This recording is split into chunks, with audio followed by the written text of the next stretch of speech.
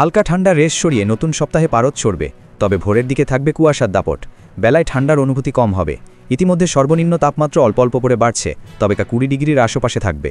আলিপুর আবহাওয়া দপ্তর জানাচ্ছে, দক্ষিণ পশ্চিম বঙ্গোপসাগরের উপরে তৈরি হওয়া নিম্নচাপ অঞ্চল শ্রীলঙ্কা উপকূলের কাছে রয়েছে, ক্রমে পশ্চিম এবং উত্তর পশ্চিম দিকে এগোচ্ছে।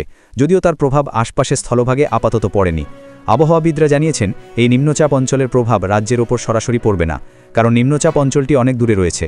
তবে জলীয় বাষ্প প্রবেশের ফের সুযোগ তৈরি হয়েছে, ফলে উত্তরে হাওয়া ধাক্কা খাবে, যার ফলে পারদ ওঠানামা করবে। রাজ্যে উত্তর থেকে দক্ষিণবঙ্গের কোনো জেলাতেই আপাতত বৃষ্টির সম্ভাবনা নেই। আগামী বুধবার পর্যন্ত ভোরের দিকে আকাশে কুয়াশার দাপট দেখা যাবে। দক্ষিণবঙ্গের জেলাগুলিতে আজ থেকে ধীরে ধীরে বাড়বে সর্বনিম্ন তাপমাত্রা। আগামী 4 দিন রাতের তাপমাত্রা 2 থেকে 3 ডিগ্রি সেলসিয়াস বাড়তে পারে। উত্তরবঙ্গের জেলাগুলিতেও আজ থেকে একইভাবে রাতের তাপমাত্রা বাড়তে পারে, ফলে যে ঠান্ডার হালকা আমেজ পাওয়া যাচ্ছে তা কিছুটা ম্লান হবে। এখনই শীত দুয়ারে, এমনটা বলতে রাজি নয় হাওয়া অফিস। আরও অন্তত সপ্তাহ 3 থেকে 4 পরে সেই পরিস্থিতি তৈরি হবে। আপাতত হালকা ঠান্ডার ওঠানামায় হেমন্ত পার করে শীতের প্রবেশ ঘটবে বঙ্গে, সুতরাং এখনই জাঁকিয়ে শীত পড়ছে না বঙ্গে। আজ সোমবার দিনের আকাশ মূলত পরিষ্কার ছিল, ভোরের দিকে থাকবে কুয়াশার দাপট। কলকাতা ও পার্শ্ববর্তী অঞ্চলে সর্বোচ্চ ও সর্বনিম্ন তাপমাত্রা 18 ডিগ্রির আশেপাশে থাকবে।